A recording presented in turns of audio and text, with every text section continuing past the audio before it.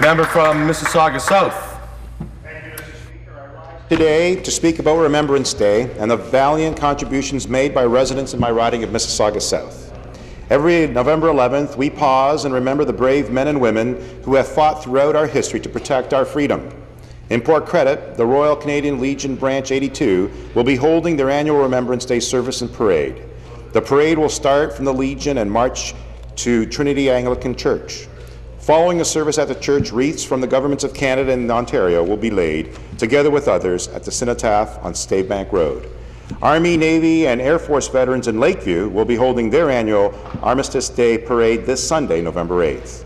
Following the parade, a service will be held to honor those who have fallen, and the wreaths will be laid at the Cenotaph in Lakeview. Mr. Speaker, it's appropriate that we in South Mississauga and throughout Ontario pay homage every year to our Canadian fighting men and women, especially as the people of Mississauga have made great contributions to our nation's war efforts.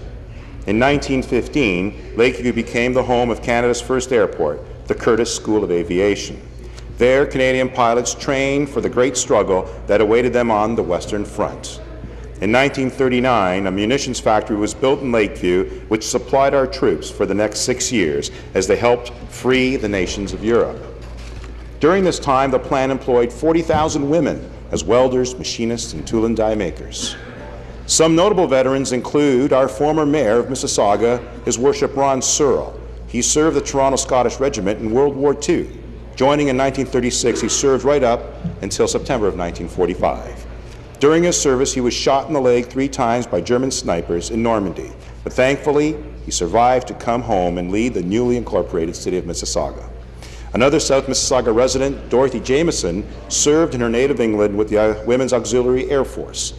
In fact, when Winston Churchill came to inspect the Fighter Control Operations Tower, it was Dorothy that Sir Winston chose to be the guide. Mr. Speaker, we owe a great deal to the people of Mississauga who put themselves in harm's way to protect us and freedoms we enjoy. And on November 11th, we will remember them. Thank you, Mr. Speaker.